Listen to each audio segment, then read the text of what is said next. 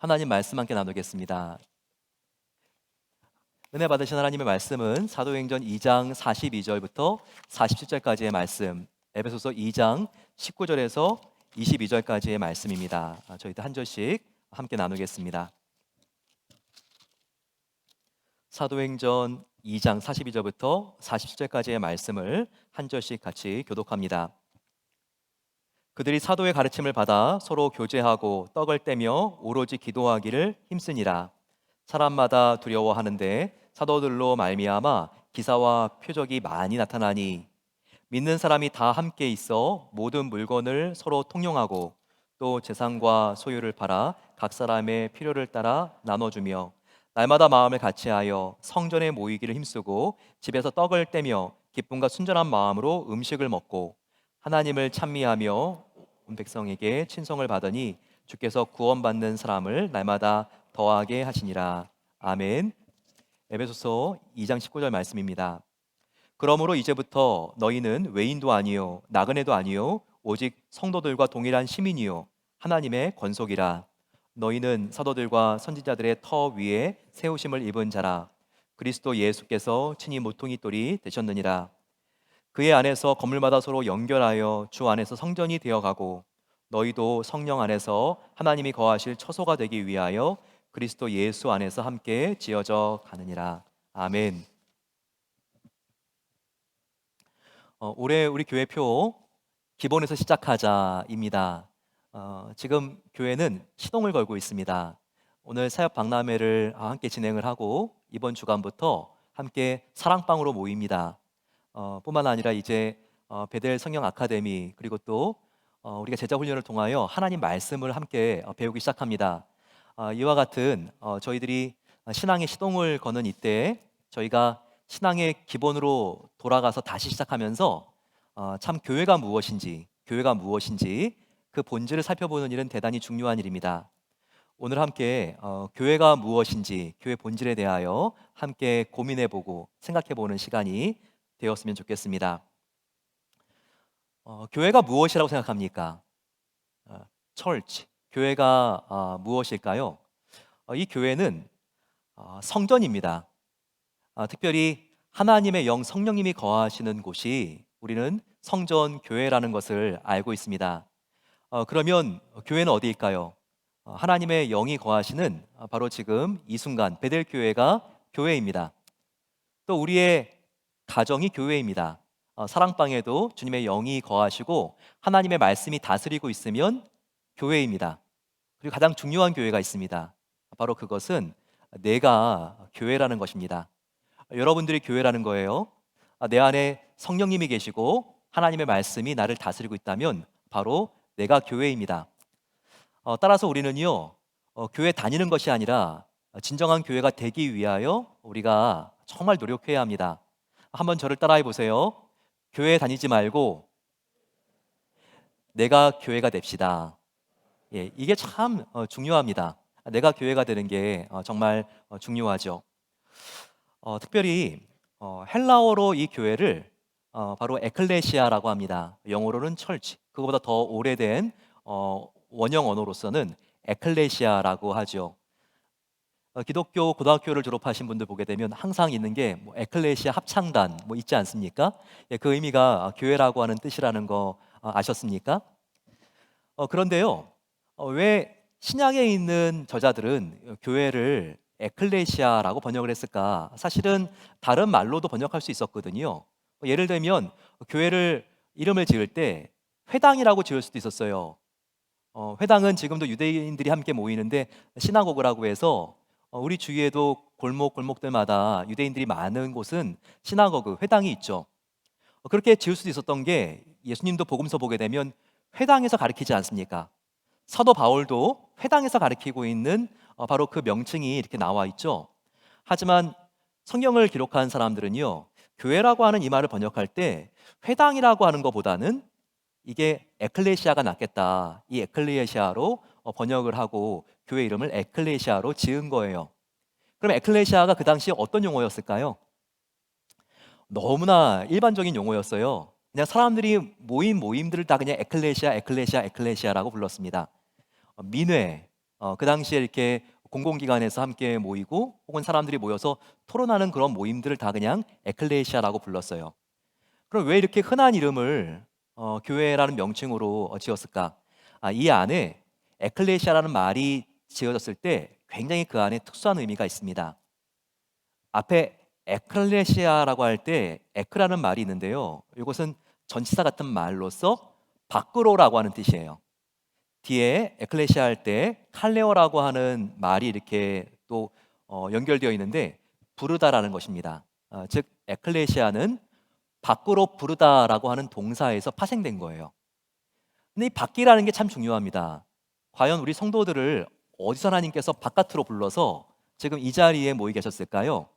이 밖으로라고 하는 것은요, 바로 죽음과 지옥 권세, 그 바깥으로 불러서 모임이라는 거예요. 그렇다면 저와 여러분들은 에클레시아 교회에 모여 있지만 정말 내 안에 성령님이 계시고 그리고 하나님의 말씀이 나를 다스리고 있다면 우리는 이미 지옥 밖으로, 심판 밖으로, 죽음 바깥으로 나온 사람들이라는 거예요. 이게 바로 교회의 정의입니다. 특별히 우리는요, 에베소서 말씀을 통해서 과연 교회가 어떤 곳인지 그리고 어떤 곳이어야 되는지를 알 수 있습니다. 왜냐하면 신약 성경의 교회의 원형을 살펴볼 수 있는 굉장히 중요한 구절들이 에베소서 2장과 사도행전 2장에 있기 때문입니다. 2장 19절 말씀을 우리가 함께 읽어봤지만 한번 보세요. 그러므로 이제부터 너희는 외인도 아니요 나그네도 아니요 오직 성도들과 동일한 시민이요 하나님의 권속이라라고 했습니다. 교회에 있는 저와 여러분들을 지금 뭐라고 말하고 있습니까? 사도 바울은 에베소에 보내는 편지를 통해서 너희는 성도입니다. 그리고 당신들은 하나님 나라의 시민입니다. 그리고 하나님의 권속입니다. 이렇게 우리의 아이덴티티를 확인해 주고 있습니다. 정말 초대교회 성도들은요, 아주 특별한 부분이 있었는데요. 그들에게는 특별히 영생과 부활과 하나님의 나라가 죽은 다음에 저 멀리 그 이후에 가는 그런 나라가 아니라, 그런 영생이 아니라 그들은 정말 하나님의 부활과 영생과 하나님의 나라를 바로 앞에 있는 것처럼 그렇게 믿고 살았습니다. 그들은요, 예수를 믿는 바로 그 순간부터 내 안에 영생이 시작이 되고 하나님 나라가 임하고 하나님의 자녀가 되었다는 것을 확실하게 믿었어요. 내가 죽은 다음에서야 그 다음에 영생이 시작되는 게 아니라, 내가 죽은 다음에서야 그 다음에 하나님의 나라에 가는 게 아니라, 예수님을 믿는 바로 이 순간부터 내 안에는 영생과 하나님의 나라가 시작되었다. 이것을 그들이 확실하게 믿었어요. 그러니까 겁날 게 없었죠. 그렇기 때문에 그들은 가난해도 부유하다고 정말 그들은 가장 부유하다고 생각을 했던 것이죠.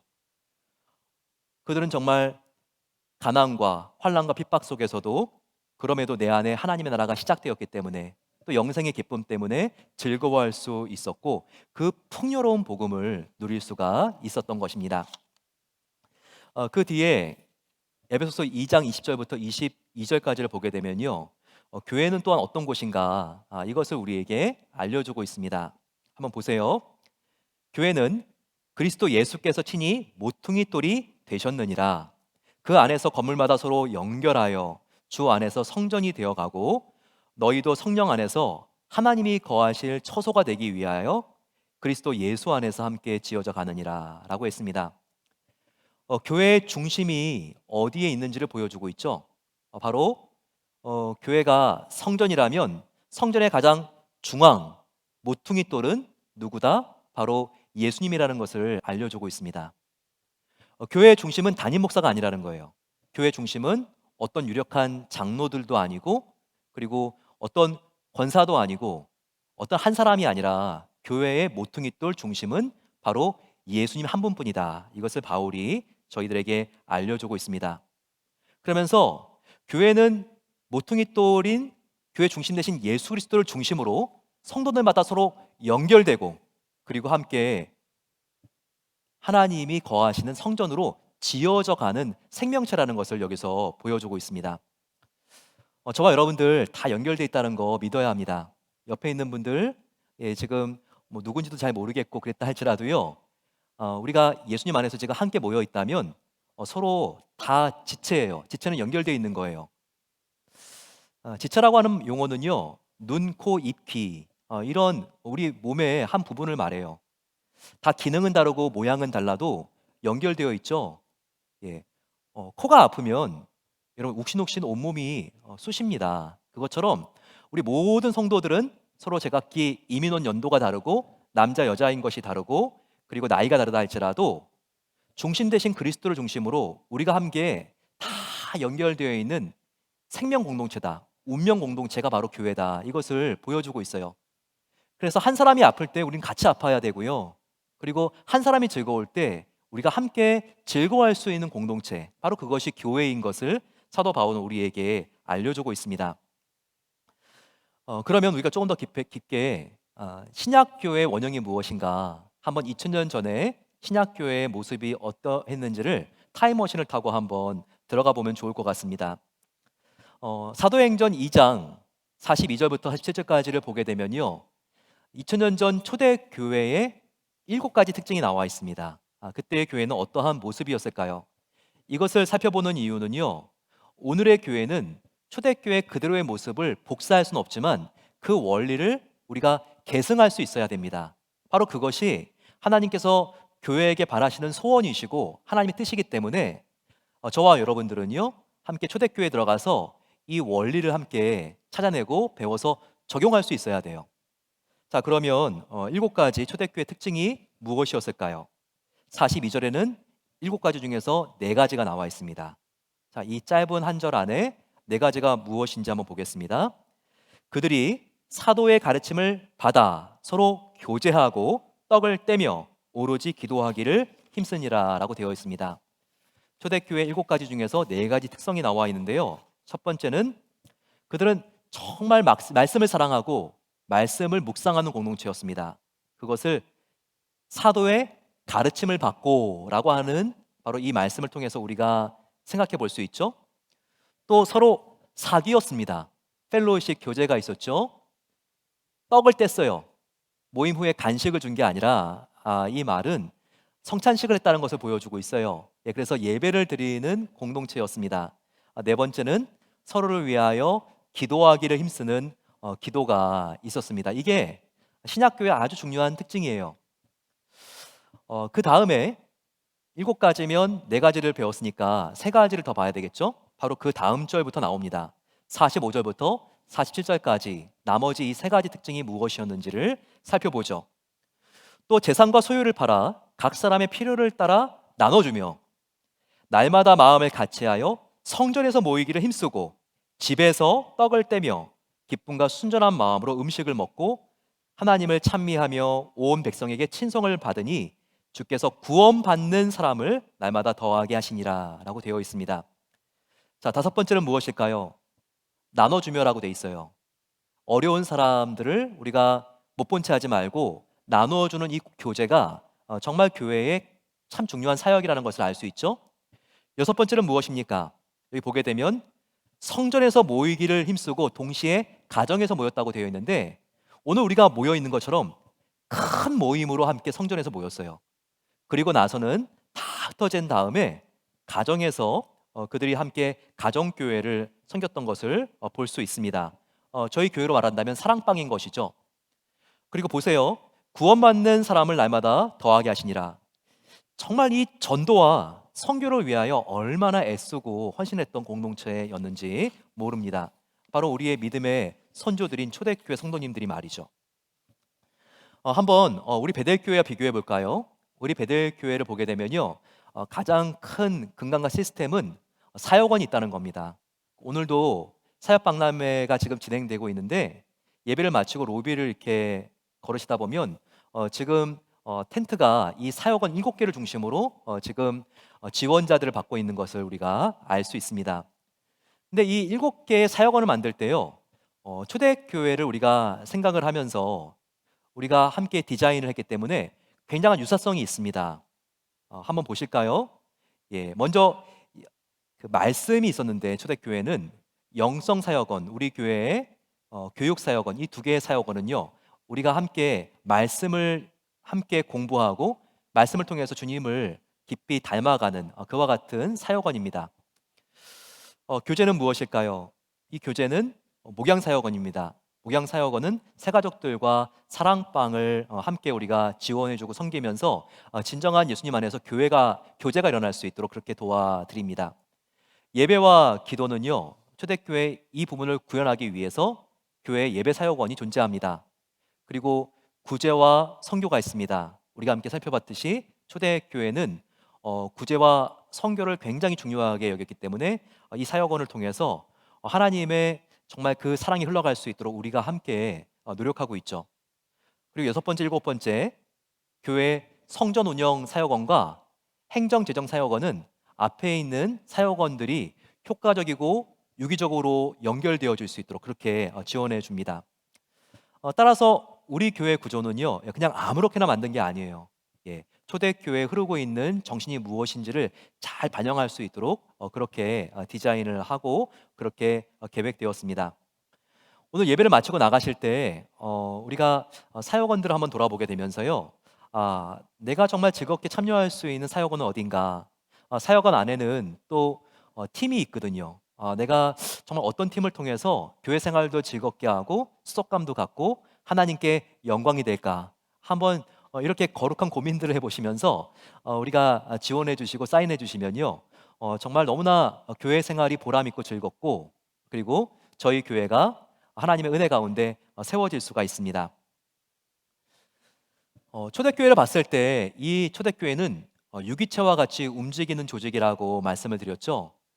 그래서 세 개의 축과 네 개의 기둥에 의해서 이 교회라고 하는 성전이 지어져 가고 자라가는 공동체였다는 것을 우리는 에베소서 2장을 통하여 알 수 있습니다. 교회를 움직이는 세 가지 축은 무엇일까요? 자동차도 바퀴들이 이 축에 달려 있기 때문에 그래서 움직이는 거 아니에요? 우리 교회도 움직이기 위해서는 교회뿐만 아니라 내가 교회인데 성도인 내가 신앙이 자라기 위해서는 이 세 가지를 우리가 함께 참여할 수 있어야 됩니다. 하나는 공예배예요. 공예배는 어디 있는가? 주일날 우리가 함께 만나서 주일날 예배 드리는 바로 이 자리가 공예배를 드리는 자리입니다. 초대교회에서도 성전에 함께 모였잖아요. 그 다음에는 집으로 가서 떡을 떼고가 나오죠. 사랑방이 있습니다. 저희 교회 이 사랑방은요, 지금 성전에서 큰 모임으로 모이고 집에서 함께 모이는 모임인데, 집과 가정에서 함께 우리가 소그룹으로 모이면서 우리가 교회 중에 진정한 교회, 성도의 이 친밀감을 또한 사랑을 함께 경험할 수 있습니다. 또 하나는 삶 공부가 있어요. 이 삶 공부는 성경 공부를 의미합니다. 사도들은 교회에서 성전에서 가르치고가 있었죠. 지금 교회에서는 생명의 삶이 있습니다. 생명의 삶은 우리가 성경과 신학과 그리고 또 우리의 성도의 사명과 성교가 무엇인지를 함께 배울 수 있는 약 14주로 디자인된 너무나 짜임새 있고 좋은 성경 공부 프로그램입니다. 저희 교회 새가족반을 이수하신 다음에는 이 생명의 삶을 꼭 필수 과정으로 듣게 돼 있습니다. 교회 한 3분의 2 정도의 성도님들이 다 이 과정을 이수를 하셨어요.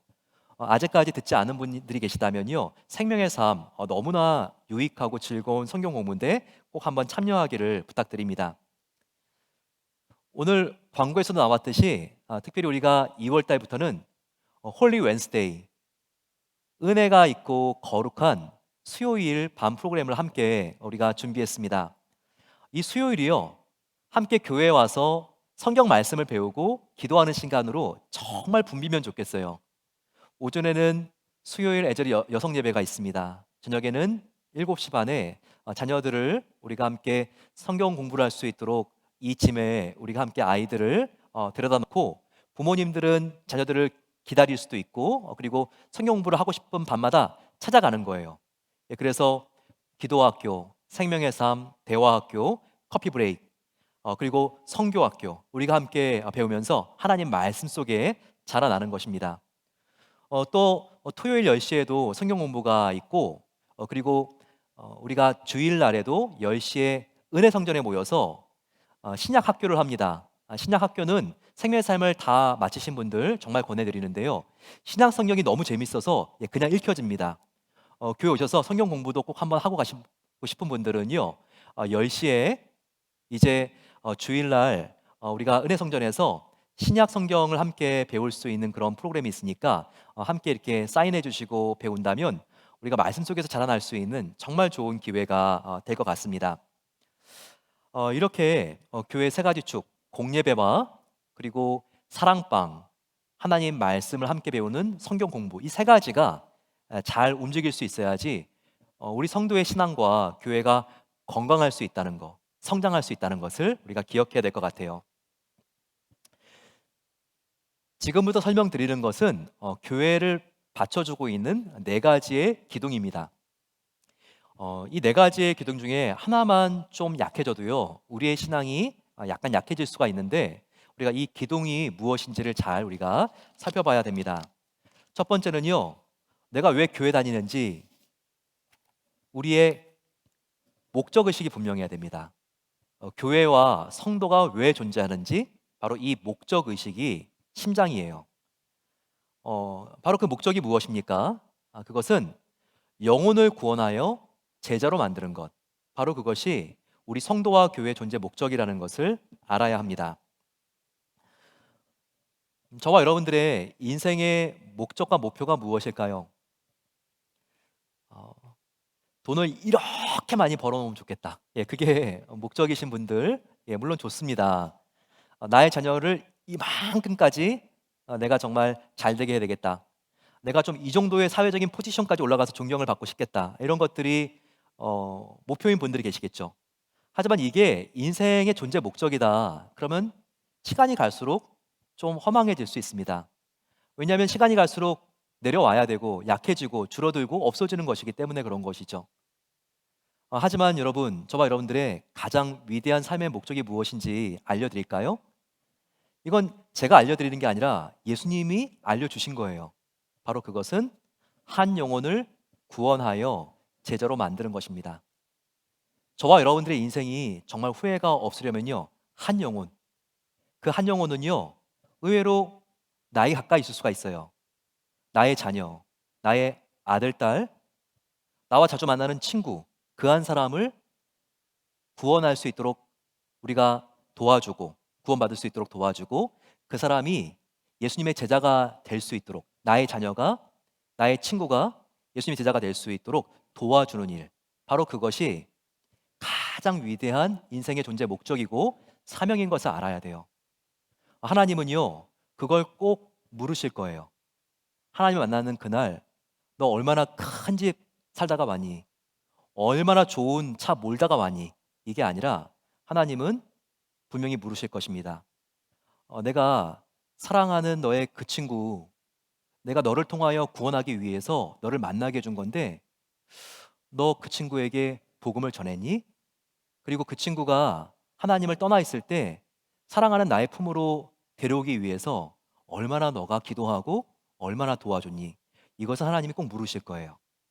우리가 예수님을 믿기 때문에 다 물론 구원받겠지만 하나님 앞에서 이와 같은 질문을 들었을 때 예라고 대답할 수 있도록 저와 여러분들의 인생 목표와 목적은 한 영혼을 주님께로 더 가까이 인도하고 그 사람을 주님의 온전한 제자가 될 수 있도록 도와주는 일이 되어야 합니다. 두 번째 기둥은 무엇일까요? 두 번째 기둥은요, 우리가 특별히 어떤 한 사람이 구원받을 수 있도록 도와주고 제자로 세워가야 되는데 제자를 만드는 방법입니다. 제자가 어떻게 만들어질까요? 예수님의 제자는 예수님의 성품과 사역을 담고 계승할 수 있는 자여야 되거든요. 그러면 제자는 어떻게 만들어지는 것일까요? 바로 그것을 예수님께서 유언 같은 말씀으로 우리에게 친히 가르쳐 주셨습니다. 마태복음 28장 19절과 20절이 바로 이 말씀입니다. 예수께서 나와 말씀하여 이르시되 하늘과 땅의 모든 권세를 너에게 주셨으니 그러므로 너희는 가서 모든 민족을 제자로 삼아 아버지와 아들과 성령의 이름으로 세례를 베풀고 내가 너희에게 분부한 모든 것을 가르쳐 지키게 하라. 자, 이 중에서 제일 중요한 게 무엇인 것 같나요? 가서가 중요한 것 같나요? 세례를 주고가 중요한 것 같나요? 가르쳐 지키도록 하는 게 중요한 것 같나요? 다 중요하지만 제일 중요한 명령형 동사는 여기서 하나밖에 없어요. 바로 그것은 무엇인가? 바로 그것은 제자로 삼아입니다. 헬라어 원형으로 보게 되면요, 우리 한글 성경에는 정확히 안 나와 있지만 바로 제자를 삼으라가 이게 가장 강력하고 중요한 명령형 동사로 나와 있어요. 그 앞에 있는 가서, 세례를 주고, 가르쳐 지키도록, 이거는 다 제자를 삼으라를 수식하고 있습니다. 따라서 가서, 세례를 주고, 가르쳐 지키도록, 이것은 다 제자를 어떻게 만드는지 방법인 것이고요. 가장 중요한 명령은 무엇인가? 바로 제자를 삼으라, 바로 이것입니다. 그러면 어떻게 제자를 삼을 수 있을까요? 우리는 제자를 삼는 방법을 예수님을 통하여 배울 수가 있습니다. 바로 그것은, 예수님은 가르쳐서가 아니라 보여줘서 제자가 되게 하셨다는 거예요. 누군가를 예수님의 제자로 내가 만들고 싶다, 절대 칠판 갖다 놓고 우리가 하나하나 써가면서 가르쳐가지고 예수님의 제자가 되지 않습니다.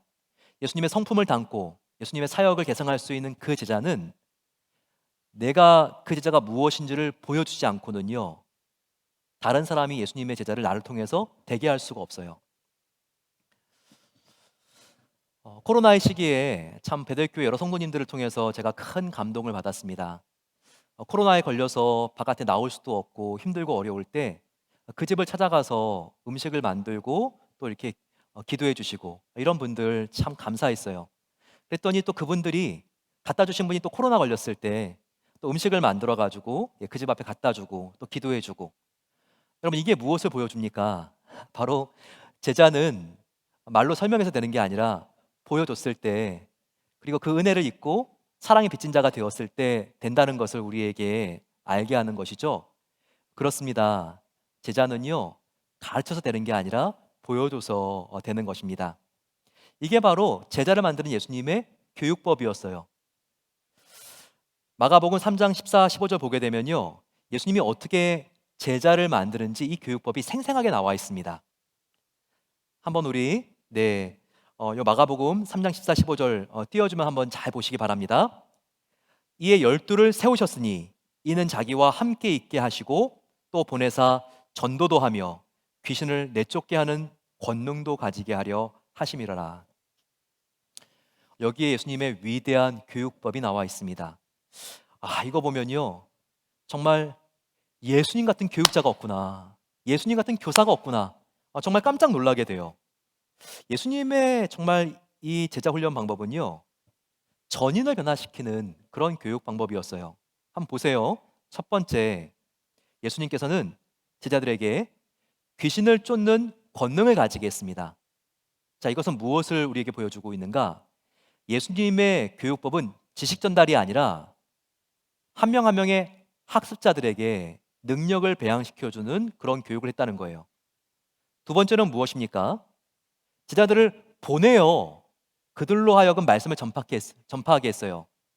예수님의 제자 훈련 방법은요, 교실에서 칠판에 써가면서 교실 강의를 한 게 아니라 직접 배웠으면 나가서 실천하게 하는 현장 실습이었다는 거예요. 그리고 예수님의 교육법은 뭐죠? 바로 그것은 예수님과 함께 있게 하면서 보면서 배우게 했다는 거죠. 바로 보고 배울 수 있게 해주시는, 바로 이와 같은 교육법을 예수님께서 사용하셨다는 것입니다. 저와 여러분들, 하나님께서 제자를 예수님께로 인도하고 제자를 삼는 귀한 사명을 주셨습니다. 그러기 위해서 저와 여러분들은 의외로 제자를 만드는 방법이 쉽다는 것을 알아야 돼요. 내가 정말 내 가까이 있는 사람을 제자가 되게 하기 위해서 정말 없는 것도 막 쥐어짜내고 그래야지 예수님의 제자가 나를 통하여 길러지는 게 아니라는 거예요. 한 가지만 열심히 하면 제자는 길러지게 돼 있습니다. 그 한 가지는 무엇이냐면요, 나는 예수님을 바라보면서 예수님을 따라가는 거, 이거 하나만 잘하면요, 예수님을 따라가는 나를 통해서 다른 사람들이 예수님을 따라가는 제자가 될 수 있습니다. 그 한 가지 노력, 나는 부족하지만 내가 예수님의 진정한 제자가 되기 위해서 내가 정말 기도하고 이 일에 헌신할 때 이와 같은 내 모습을 통해서 다른 사람들이 자연스럽게 나도 모르는 새에 예수님의 제자로 길러지고 있는 모습을 우리가 보게 된다는 것입니다. 세 번째 기둥은 무엇인가? 이것은요, 목회자와 성도들 사이에 역할 구별이 잘 되어 있어야 된다는 거예요. 그래야지 교회가 건강하고 하나님이 기뻐하는 교회가 될 수 있다는 겁니다. 평신도들은요, 깨어나야 됩니다. 하나님은 우리가 잠자는 게 아니라 정말 우리가 깨어나기를 원해요. 개신교가 캐톨릭과 다른 게 뭘까요?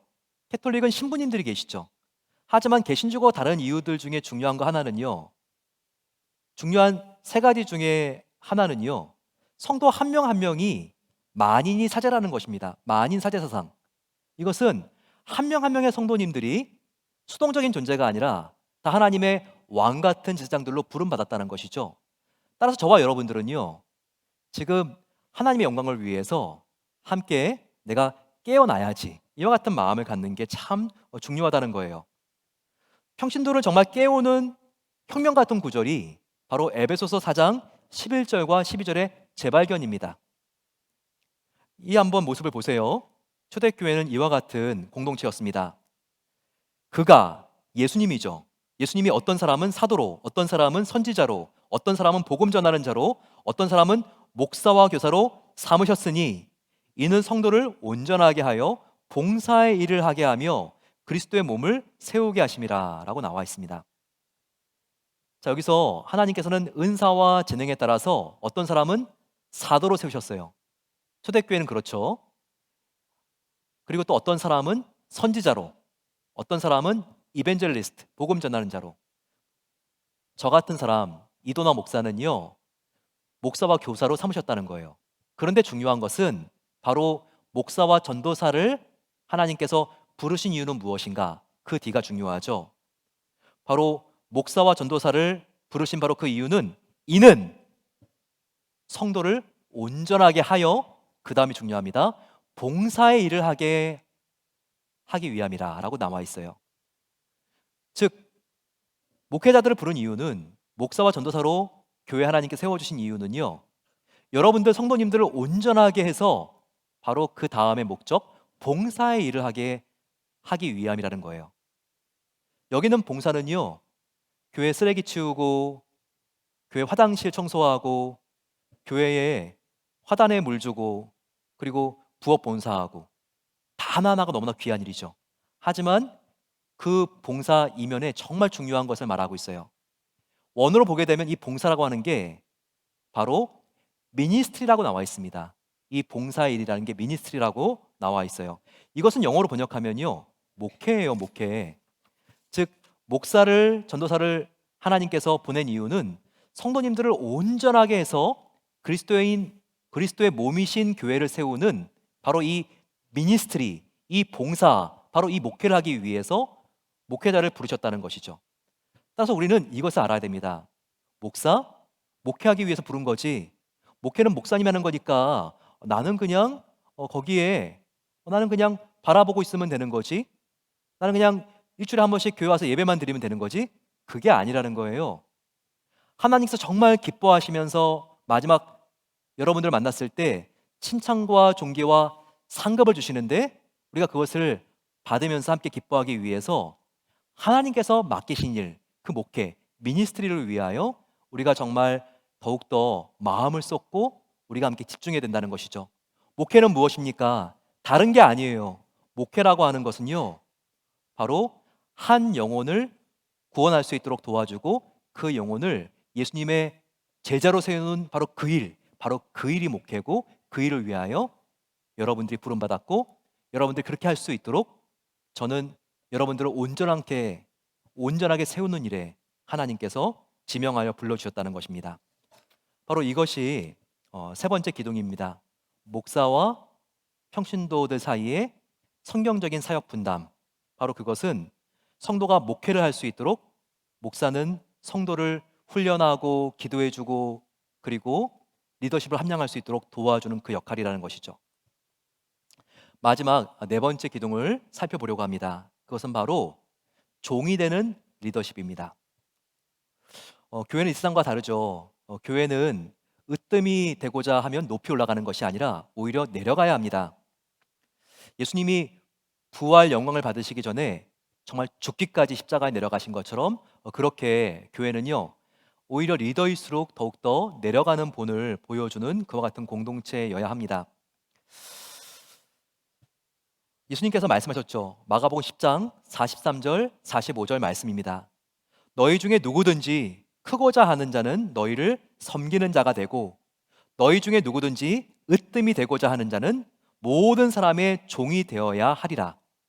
인자가 온 것은 섬김을 받으려 함이 아니라 도리어 섬기려 하고 자기 목숨을 많은 사람의 대속물로 주려 함이라 라고 말하고 있습니다. 정말 이와 같은 성경적인 리더십, 하나님께서 우리 베델교회와 지상에 있는 모든 교회에 기대하시는 리더상입니다. 따라서 우리 교회는요, 담임 목사, 그리고 오히려 장로님, 권사님, 안수집사님, 그리고 목자님들, 그리고 사역원장, 팀장님들, 총무님들일수록 더욱더 아래로 내려가야 돼요. 그리고 예수님 안에 진정한 머슴이 되어서 하나님께서 맡겨주신 성도님들을 저희들이 섬기고 그들을 아낄 때 하나님이 정말 기뻐하시는 공동체로 자라날 수 있고 건강해질 수 있다는 것을 우리가 꼭 기억해야 합니다. 특별히 우리가 이 신약 성경의 원형교회를 함께 보면서 사랑방이 정말 이게 신약교회의 원형교회구나, 이것을 알아야 돼요. 과연 교회 규모에 예수님이 얼마나 관심이 있을까요? 성도님들이 몇십만 명이 되는 그런 교회들도 있죠. 하지만 그 안에 정말 성도님들 자체가 다 구경꾼들이고 하나님 나라를 위하여 뛰어가는 선수들이 아무도 없다면 그것은 그냥 하나님 눈에 무리가 모인 것이구나. 정말 그것은 중요하지 않겠죠. 하지만 적은 수가 딱 모였다 할지라도 그 안에 주님을 향한 사랑이 가득하고 온 마음 다하여 사랑하는 마음이 있고 하나님 보시기에 내가 정말 처음에 교회를 디자인했을 때 내가 생명 바쳐 이 교회를 내가 세우기 위해서 하나밖에 없는 아들을 죽였는데 바로 그 목적이 이 안에 똘똘 뭉쳐 있구나. 단 몇 명이 모이더라도 두세 가정이 모였다 할지라도 이와 같은 공동체를 하나님이 제일 기뻐하지 않으실까요? 바로 그러기에 가장 좋은 현장은요, 사랑방입니다. 하나님께서는요, 이 사랑방을 너무나 귀하게 여기세요.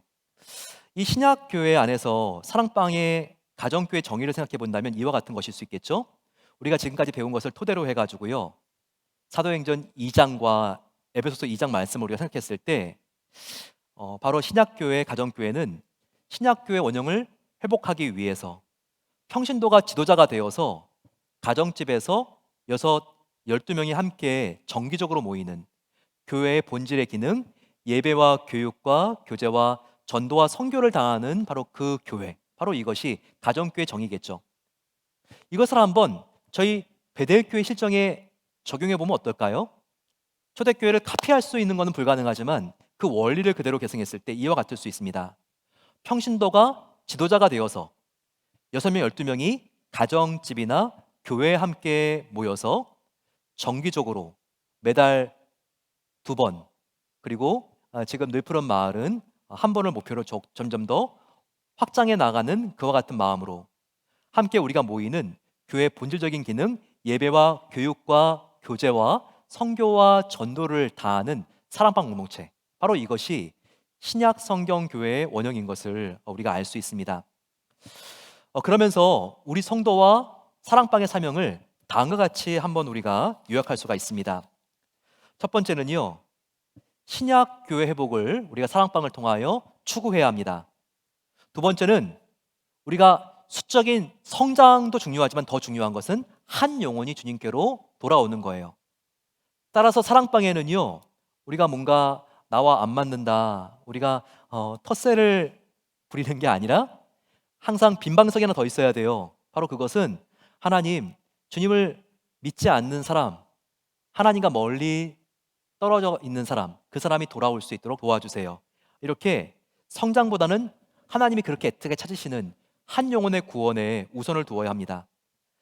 세 번째는 우리가 비신자에게 전도해서 그를 구원할 수 있도록 도와주고 제자가 되게 하는 것. 바로 이것이 사랑방과 교회의 존재 목적이라는 것을 알아야 되겠어요. 그리고 예수님의 교육법을 실천할 수 있어야 됩니다. 사랑방 안에서는 지식 전달보다는 능력 배양, 말로 가르치기보다는 보여줌으로써 예수님의 제자가 양성되고, 그리고 또 교실 교육이 아니라 현장 실습을 통해서 우리가 제자가 길러져야 되겠습니다. 다섯 번째, 바로 그것은 목회자와 평신도가 각각 본연의 사역을 되찾아야 합니다. 목회자는 평신도가 목회를 할 수 있도록 도와주는 바로 그와 같은 역할을 해야 하는 것이죠.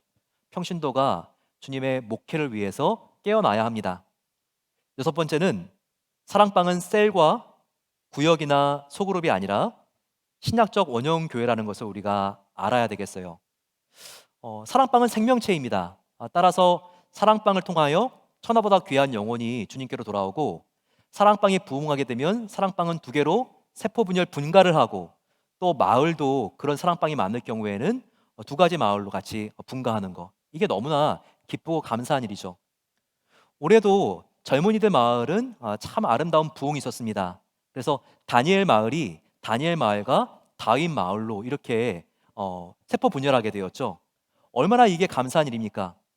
베델교회가 어떤 교회를 개척하게 된다면 선교지든지 그 일이 참 기쁜 일인 것처럼 사랑방이 사랑방으로 나누어지고, 그리고 또 마을이 마을로 함께 우리가 함께 하나님께 영광을 올려드리는 그와 같은 세포 분열이 일어난다면 이것은 얼마나 하나님 보시기에 기쁘고 감사한 일일까요? 이와 같은 베델교회 가정교회가 정말 2023년 더욱더 활기차게 왕성하게 일어나기를 그렇게 기도합니다. 특별히 이 가정교회를 생각하면서 우리가 생각해야 될 것이 있습니다. 그것은 이 가정교회 안에 특별히 예수님이 중앙 중심이 되어야 된다는 겁니다. 에베소서 2장 19절 말씀도 그 앞절 우리가 생각했을 때 예수님이 모퉁이 돌 중심이 되었습니다. 그러면서 그 사랑방 안에는 참 영혼을 구하는 아름다운 일이 있어야 되는데, 또 우리가 함께 지향해야 될 아주 중요한 부분이 있어요. 바로 그것은 그 안에 이민자들이 함께 힘들고 어려운 신세를 함께 나누는 그런 부분들도 위안을 주는 사랑방이라는 것도 참 중요하지만, 그 안에 꿈틀꿈틀꿈틀거리는 예수님의 생명과 예수님의 복음과 말씀이 있어야 된다는 거예요. 그래서 사랑방을 함께 우리가 할 때 특별히 한 영혼이 주님께로 돌아오기에 아주 유리한 구도로 우리가 사랑방을 만들어야 돼요. 사랑방의 생태를요. 의외로 사랑방원들 중에는요, 다양한 성장 배경과 신학적인 배경을 가지고 있는 분들도 계십니다. 신학이 굉장히 자유로운 분들도 계시고요, 어떤 분들은 굉장히 보수적인 분들도 계시죠. 특히 어린 시절에 고신 측에서 자라신 분들, 경남이라든지 부산에 고신교회가 많잖아요. 그런 분들은 굉장히 금욕적인 생활, 경건은 금욕이다, 이와 같은 생각을 가지고 그렇게 어렸을 때부터 훈련받은 분들이죠. 그래서 주일날 버스도 안 타고 그런 분들 보게 되면 주일날 정말 이 세상에 나가서 돈도 안 쓰고 그와 같은 모습이 있지 않습니까? 그런 성도님들을 봤을 때 우리가 사랑방 안에서 너무 자유로운 분들이 자유로울 수 있는 것이 우리가 복음 안에서 누릴 수 있는 권리고 자유일 수 있지만, 너무 그런 부분들을 우리가 또 편안하게 했을 때 또 시험 들고 하나님으로부터 멀어질 수 있는 사람들도 있다는 것을 우리가 기억해야 되겠죠. 이것을 알았던 사도 바울은 이렇게 말하잖아요. 만약에 내가 고기를 먹는 게 꺼리낌이 되면, 사람들에게 꺼리낌이 되면 저는 절대 고기를 입에 넣지 않겠습니다. 바울이 채식주의자였기 때문에 그런 게 아니에요. 그 당시에 교회 안에는 고기를 먹고 안 먹고가 굉장히 중요한 이슈였어요. 왜냐하면 거의 대부분의 고기가 우상 신전에서 먼저 사용된 다음에, 그 다음에 고린도라든지 아테네라든지 로마에 이렇게 유통이 되는 고기들이 대부분이었기 때문이죠.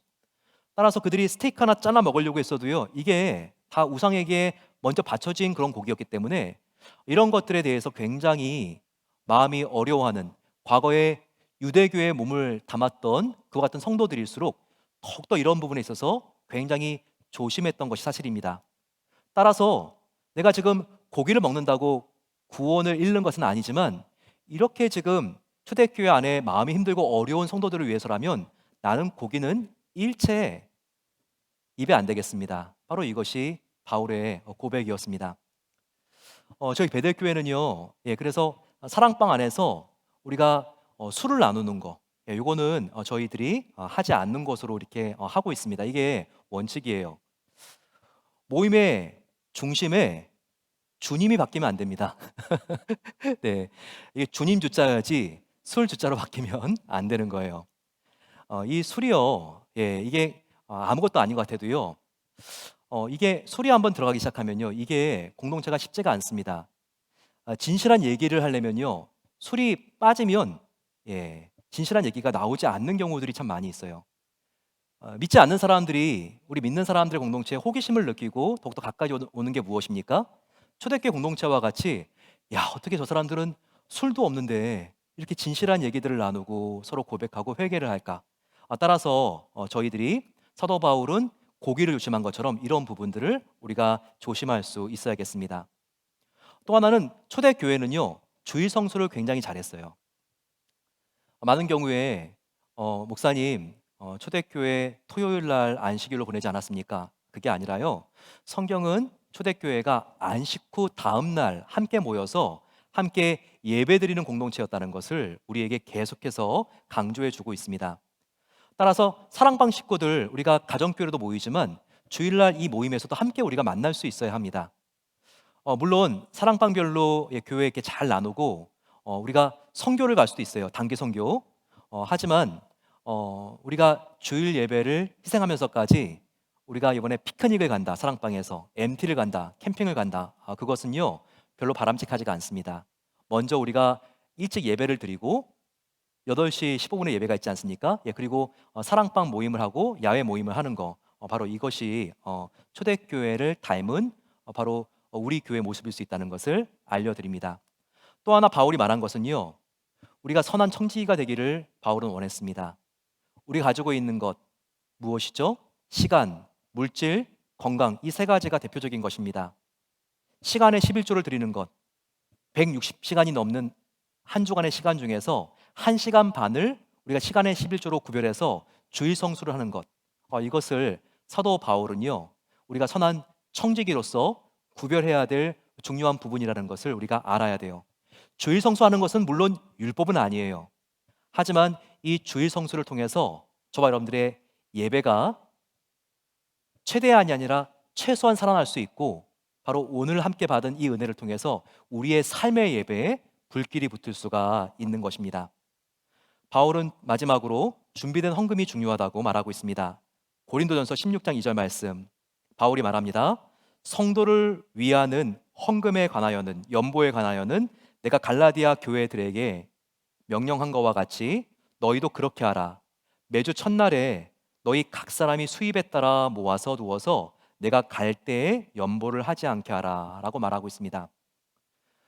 교회에서 정말 강조하는 것은, 하나님께서는요, 헌금은 절대 억지로 하는 게 아니다. 억지로 많이 하는 것보다는 적게 하더라도 기쁜 마음으로, 자원하는 마음으로 그렇게 드리는 예물을 내가 좋아한다라고 말씀하십니다. 또 중요한 것은 여기 보게 되면 수입에 따라라고 하는 부분이 있잖아요. 하나님께서는요, 구약 성도들에게도 가난한 자에게는 비둘기로 제사를 드리고, 하지만 귀족들 부자들은 황소로 제사를 드리라고 이렇게 했죠. 따라서 우리가 하나님 앞에 무엇이 최선인지는 저와 여러분들이 알고 있습니다. 여기서 또한 강조하는 것은 내가 갈 때에 연보를 하지 않게 하라. 이거 오해하면 안 되는데요.